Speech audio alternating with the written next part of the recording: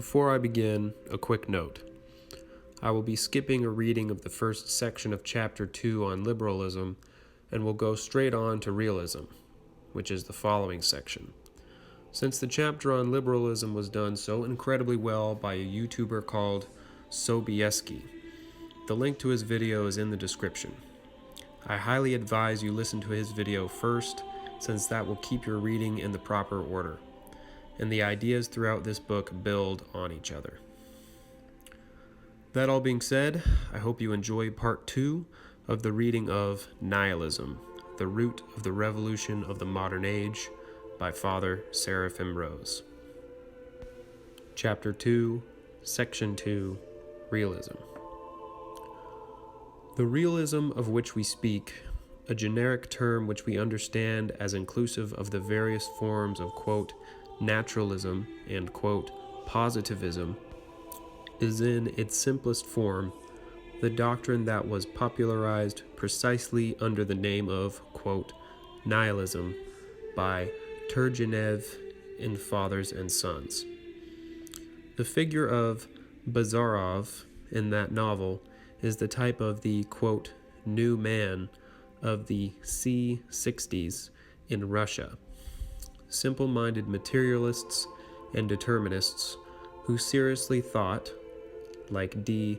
Pisarev, to find the salvation of mankind in the dissection of the frog, or thought that they had proved the non-existence of the human soul by failing to find it in the course of an autopsy.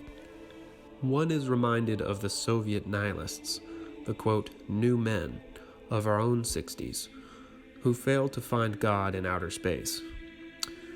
This nihilist is the man who respects nothing, bows before no authority, accepts, so he thinks, nothing on faith, judges all in the light of a science taken as absolute and exclusive truth, rejects all idealism and abstraction in favor of the concrete and factual.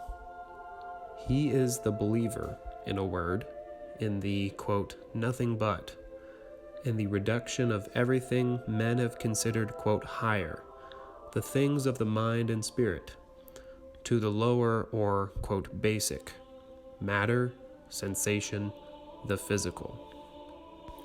As opposed to liberal vagueness, the realist worldview seems perfectly clear and straightforward. In place of agnosticism or an evasive deism, there is an open atheism. In place of vague, quote, higher values, naked materialism and self-interest. All is clarity in the realist universe, except what is most important and most requires clarity, its beginning and end. Where the liberal is vague about ultimate things, the realist is childishly naive. They simply do not exist for him. Nothing exists but what is most obvious. Such realism, of course, is a self-contradiction. Whether it takes the form of a, quote, naturalism that tries to establish an absolute materialism and determinism, or a, quote, positivism that purports to deny the absolute altogether, or the doctrinaire, quote, agnosticism that so readily discourses on the, quote, unknowability of ultimate reality. We have already discussed this problem in section 1 of this chapter. But argument, of course, is purely academic in view of the fact that realism, a logical self-contradiction, is not properly treated as a philosophy at all. It is the naive, undisciplined thought of the unreflective, practical man who, in our age of oversimplification, thinks to impose his simple-minded standards and ideas upon the entire world, or on a slightly different level, the equally naive thought of the scientist, bound to the obvious by the requirements of his specialty, when he illegitimately attempts to extend scientific criteria beyond their proper bounds. In the latter sense, it is, to adopt a useful distinction, quote, scientism, as opposed to legitimate science. For it must be understood that our remarks here are not directed against science itself, but against the improper exploitation of its standards and methods that is so common today. Is it correct to call such a philosophy nihilism? More precisely, is it nihilism in the sense in which we have defined that term?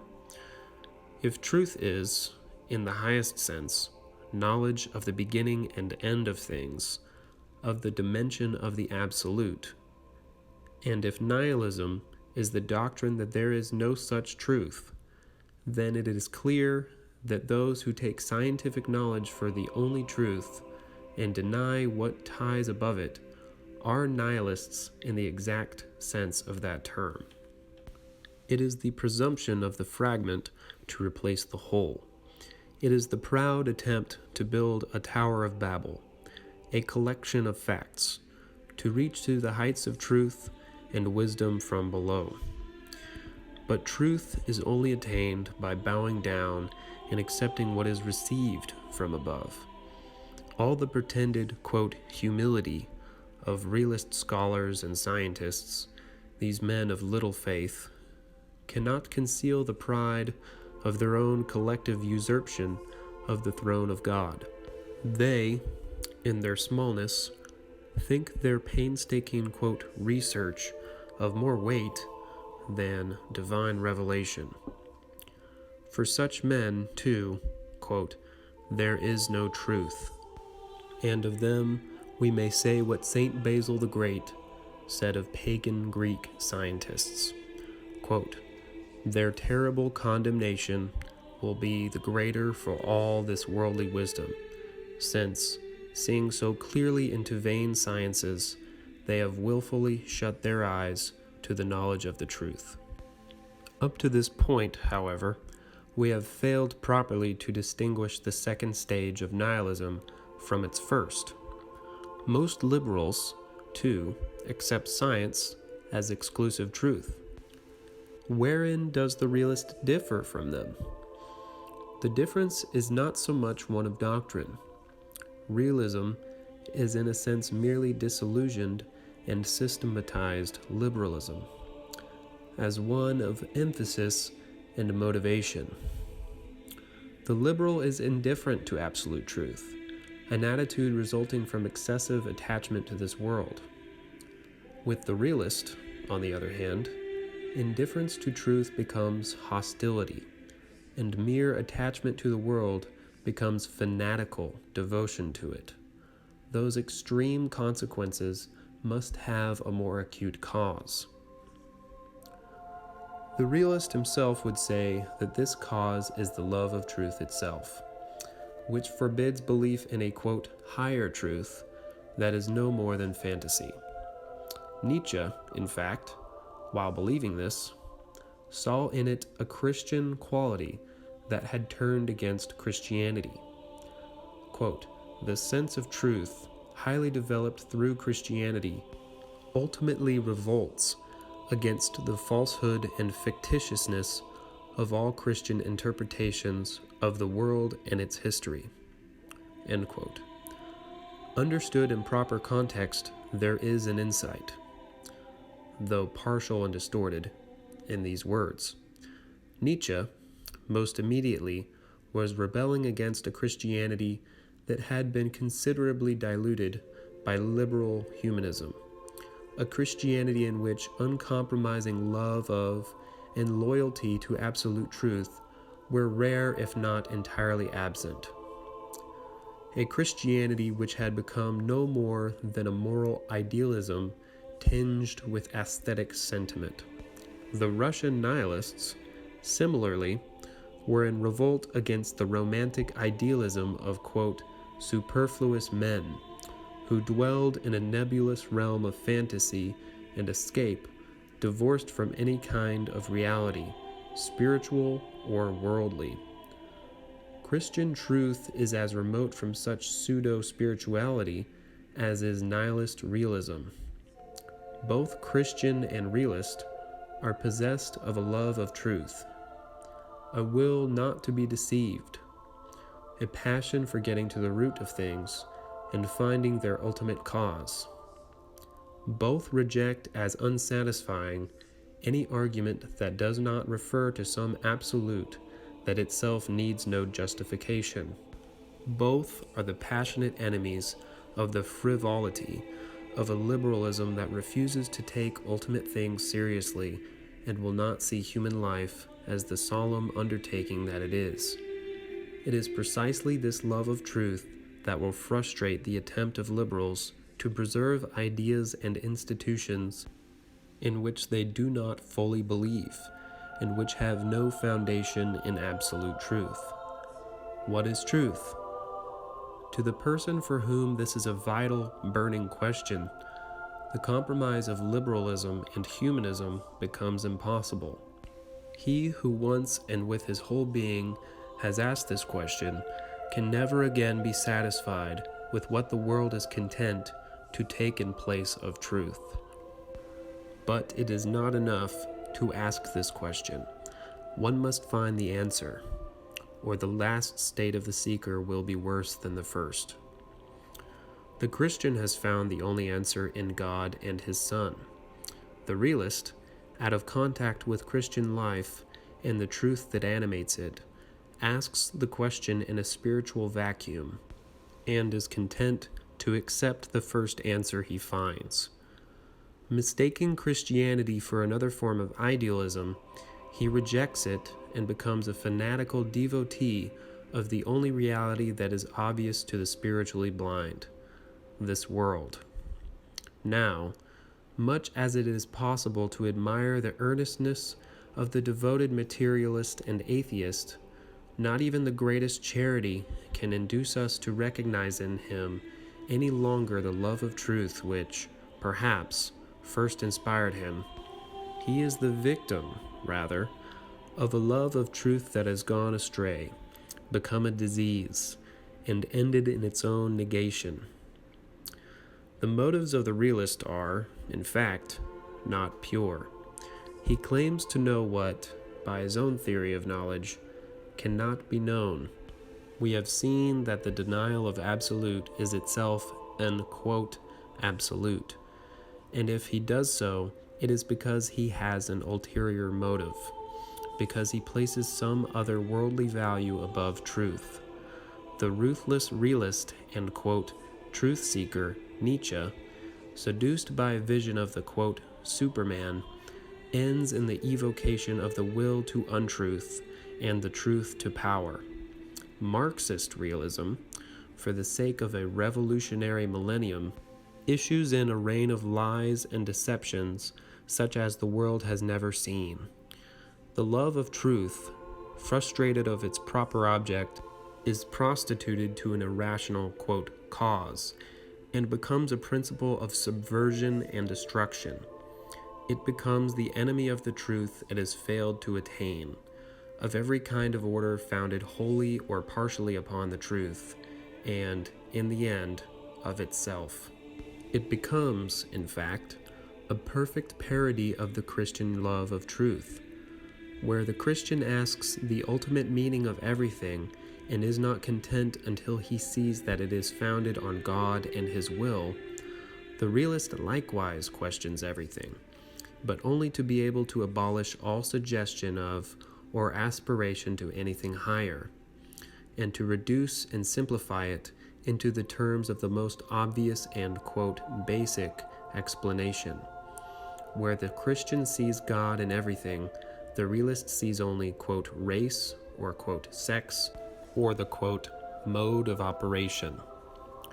If the realist, therefore, shares in common with the Christian a single-mindedness and earnestness that is totally foreign to the liberal mentality, it is only the better to join in the liberals' attack on Christian truth, and to carry out that attack to its conclusion, the total abolition of Christian truth. What began half-heartedly in liberalism has gathered momentum in realism, and now presses to its catastrophic end. Nietzsche foresaw in our century, quote, the triumph of nihilism. Jacob Burckhardt, that disillusioned liberal, saw in it the advent of an age of dictators who would be, quote, terrible simplificateurs. In Lenin and Stalin, Hitler and Mussolini, with their radically, quote, simple solutions for the most complex of problems, the fulfillment of this prediction in the political realm has been well begun. More profoundly, nihilist, quote, simplification may be seen in the universal prestige today accorded the lowest order of knowledge, the scientific, as well as the simplistic ideas of men like Marx, Freud, and Darwin, which underline virtually the whole of contemporary thought and life. We say, quote, life, for it is important to see that the nihilist history of our century has not been something imposed from without or above, or at least has not been predominantly this. It has rather presupposed and drawn its nourishment from a nihilist soil that has long been preparing in the hearts of the people. It is precisely from the nihilism of the commonplace, from the everyday nihilism revealed in the life and thought and aspiration of the people, that all the terrible events of our century have sprung.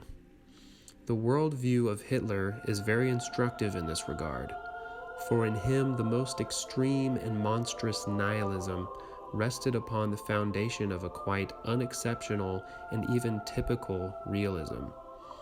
He shared the common faith in, quote, science, quote, progress, and, quote, enlightenment, though not, of course, in, quote, democracy, together with a practical materialism that scorned all theology, metaphysics, and any thought or action concerned with any other world than the, quote, here and now, priding himself on the fact that he had, quote, the gift of reducing all problems to their simplest foundations, end quote. He had a crude worship of efficiency and utility that freely tolerated, quote, birth control, laughed at the institution of marriage as a mere legalization of a sexual impulse that should be, quote, free, welcomed sterilization of the unfit, despised, quote, unproductive elements, such as monks, saw nothing in the cremation of the dead but a, quote, practical question, and did not even hesitate to put the ashes or the skin and fat of the dead to, quote, productive use. He possessed the quasi-anarchist distrust of sacred and venerable institutions, in particular the church with its, quote, superstitions and all its, quote, outmoded laws and ceremonies. We have already had occasion to note his abhorrence of the institution of monarchy, a determining factor in his refusal to assume the imperial tide. He had a naive trust in the, quote, natural man, the, quote, healthy animal, who scorns the Christian virtues, virginity in particular, that impede the, quote, natural functioning of the body. He took a simple-minded delight in modern conveniences and machines, and especially in the automobile and the sense of speed and, quote, freedom it affords. There is very little of this crude Weltanschauung that is not shared, to some degree, by the multitudes today, especially among the young, who feel themselves, quote, enlightened and, quote, liberated. Very little that is not typically, quote, modern. And it is precisely upon the basis of a realism such as this, in which there is no more room for the, quote, complicated Christian view of life and the supremely important realities of the spiritual world, that the grossest superstitions and the most blatant credulity can thrive. Such meaning men think to forestall the appearance of another Hitler by an attack upon, quote, irrationality and a defense of, quote, reason, quote, science, and, quote, common sense. But outside of the context of Christian truth, these values, constituting a realism of their own, are a preparation for, and not a defense against, the advent of another, quote, terrible simplifier. The most effective contemporary, quote, simplifiers are those who hold power in the Soviet Union, who have made a religion of, quote, science and, quote, common sense. And anyone who looks to these most superstitious men for the defense of any value worth defending is sorely deceived. Realism unquestionably belongs to the spirit of the age, and all who feel themselves to be of that, quote, spirit have had to accommodate themselves to it. Thus, humanism, which in a more leisurely age had a more, quote, idealistic and liberal coloration, has itself found it necessary to change with the times and adopt a more realistic tone. The more naive have founded a humanistic, quote, religion that identifies itself with the cause of, quote, science and progress, and has made into dogmas precisely the self-contradictions we have already examined. It is men like this who are capable of seeing in Marxism, too, a kind of, quote, humanism. But even in the most sophisticated of contemporary humanists, and the most urbane scholars and statesmen, the realist tone is unmistakable. It is revealed, for example, in the invasion by scientific methods and attitudes of the last strongholds of the humanities. No contemporary scholar, in whatever field, feels secure unless his work is to the fullest possible degree, quote, scientific, which often means, of course, quote, scientistic. Realism may be seen, again, in the stoical, worldly-wise, and often cynical tone of all but the most naive, or religious, of contemporary humanists. Their imagined, quote, freedom from illusion has also been, in large measure, a disillusionment. They now, quote, know better than to believe in the, quote, higher truths that comforted their fathers. Humanism, in short, has come to terms with realism, and, so it thinks, with reality. In the passage from liberalism to realism, the humanist sees not only a disillusionment, but a process of maturing. The Orthodox Christian, of course, sees something quite different. If the function of liberalism was to obscure, with the smoke of, quote, tolerance and agnosticism, the higher truths concerning God and the spiritual life, the task of the realism we have been examining has been to annihilate those truths. In this second stage of the progress of the nihilist dialectic, heaven has been closed off from the gaze of men, and men have resolved never again to take their eyes off the earth, but to live henceforth in and for this world alone. This realist resolve is as present in a seemingly innocent, quote, logical positivism and scientific humanism as it is in the obviously satanic phenomena of Bolshevism and National Socialism.